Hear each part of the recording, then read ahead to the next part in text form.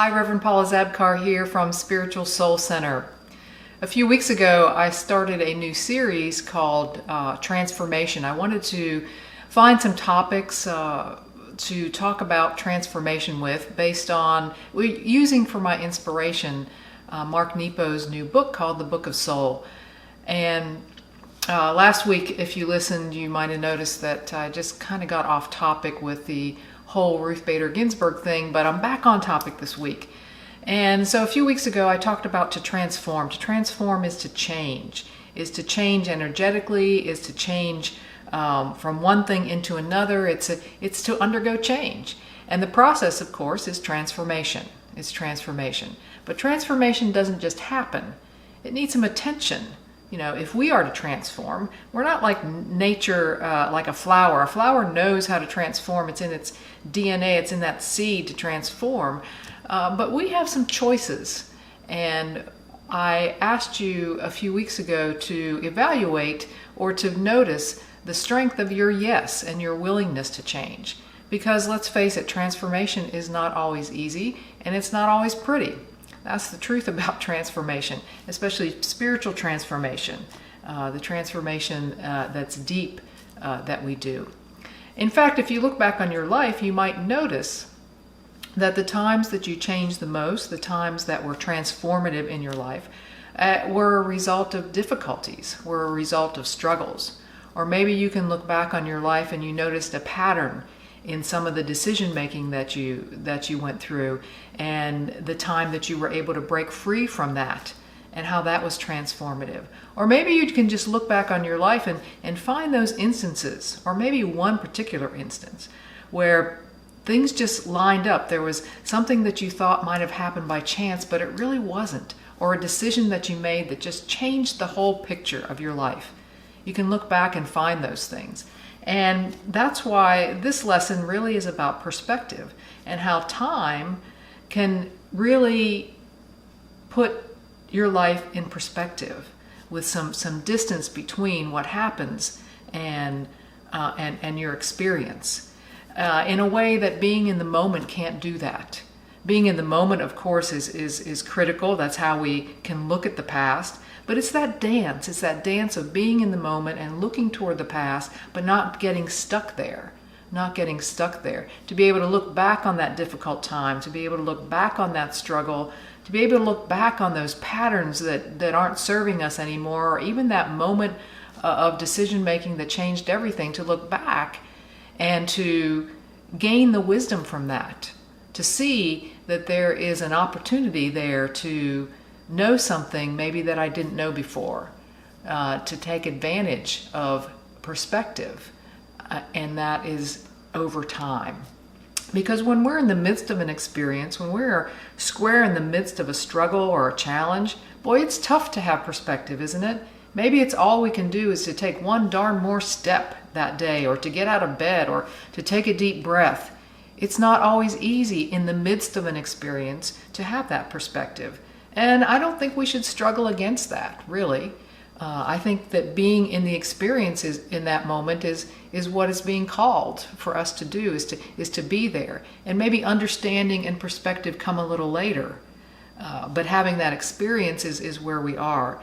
And we know this is true because we have this saying that we all are familiar with, which is, that which doesn't kill us makes us stronger, right? We know in that saying that what we're really meaning is that, yeah, it was hard and I barely made it through, but I'm seeing now that there was some value in it. I'm seeing now that there was some value in it.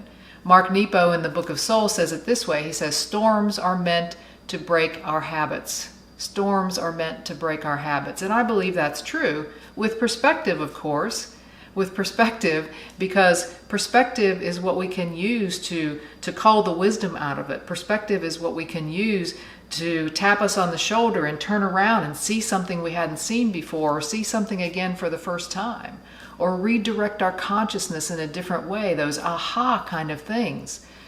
It's what brings us to be able to look at the tapestry that we've woven in our life, that's filled with joys and sorrows, with triumphs and tragedies. And that's what makes it rich. That's what makes us rich in our life experience, to be able to look at that and say, yes, yes, that. It makes us vibrant and flowing, and it makes us complex and beautiful. That's what I believe. But sometimes perspective takes some time. Sometimes you can have perspective the next day or the next hour. Sometimes weeks, sometimes months, years, even decades. Because there is no statute of limitations on the value and the wisdom that we can gain from perspective. There is none. Our life experiences are always available to us to enrich us in some way. But we've got to be willing to take a look. Without getting stuck there, we've got to be able to look at the past and look at what's happened to us and look at our stories and be okay in our stories and pull from them whatever it is that can help us transform, that can help us grow, that can help us become. Because perspective, the other thing about perspective is it doesn't mean that we make every life experience good or great. That's not what it is. Perspective is simply, I'm suggesting perspective is simply and powerfully a way to transform. By using perspective, we can help ourselves transform. We can grow, we can find a new way of being, we can understand something we didn't understand before. That happened to me a couple weeks ago. I was meeting virtually with my coach, my Akashic healer, Bonnie Grace, and I was talking, and we were talking, and I was talking more about how this knee surgery has really influenced my life. Like, I didn't understand what pain really was, everyday pain and everyday struggle, both inside and outside myself. And we were talking about that, and I was just struggling to understand still with perspective what's that meaning for me, pulling the wisdom out of it. And she asked me one really good question that allowed me this opening. And she said to me, so if you could tell yourself something as you were laying on that gurney ready to go into surgery, what would you say? What would you tell yourself? And immediately when she said that, I was back into that moment. I was right there, getting ready to go in surgery, one of the most vulnerable places that any of us could be physically. To be on drugs, to know that someone was going to manipulate your body, a whole team of people actually that I felt very confident about, but still one of the most vulnerable positions to be in. And tears came to my eyes because knowing what I've done for almost a year, what would I tell myself? It was a very emotional thing, and I came up with one thing. I would tell myself, you will have what you need. You will have what you need. Now, I can tell you it's not the first time that I've come to know that I will have what I need. I think I've come to know that many times, but what was different about this time is that not that I only know it here, that I felt it. I think that's why I was emotional in that moment, is I was feeling the feeling of having what I need. Of course I had what I need. I had the care that I needed. I had the care of Renee and many other people. I had prayers and well wishes, and I had a plethora of needs met by many people.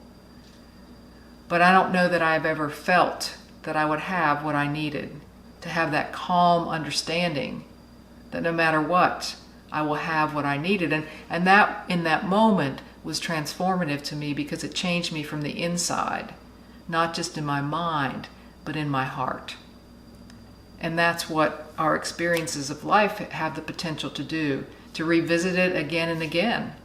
I'm quite sure that this experience that I've had over this last year is not done with me, that there is still wisdom there for me to pull.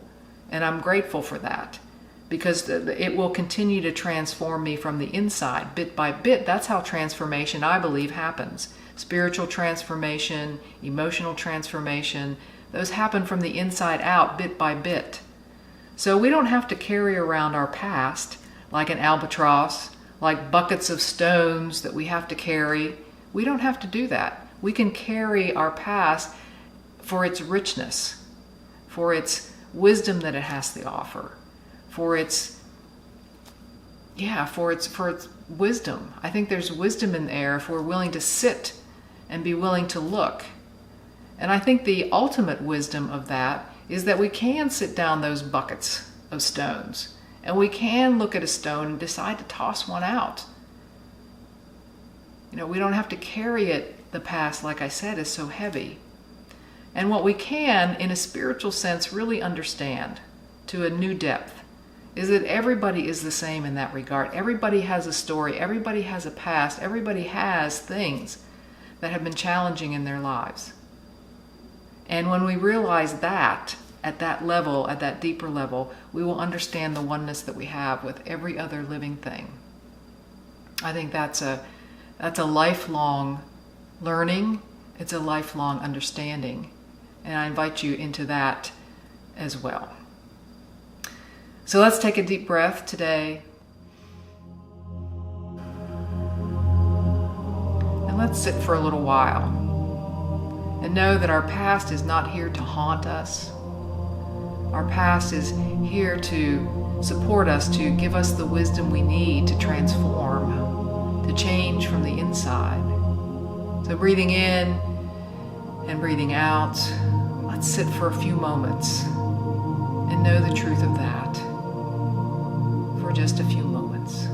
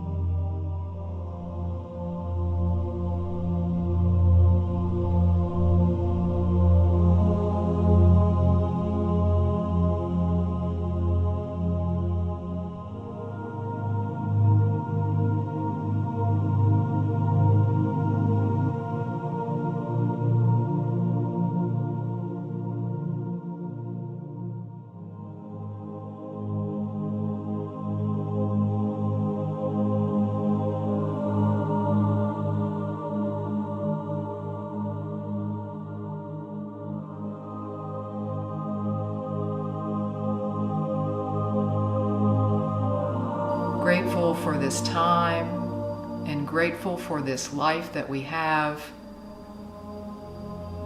We breathe in and breathe out in a new way, with a new perspective, with a new way of seeing. And we do that over and over again as we move in and through this life that we have, being in the moment, reflective, still, moving again. And we're grateful for it all.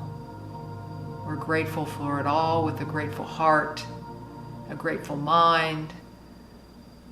We are, and so it is. Amen. Well, thank you for being with me today, for taking a listen. I hope that you found something meaningful in my words and my experience. So let's close with this prayer as we do. May I be filled with loving kindness. May I be well. May I be peaceful and at ease. May I be happy. May all beings be filled with loving kindness. May all be well. May all be peaceful and at ease. May all be happy. And so it is. Amen.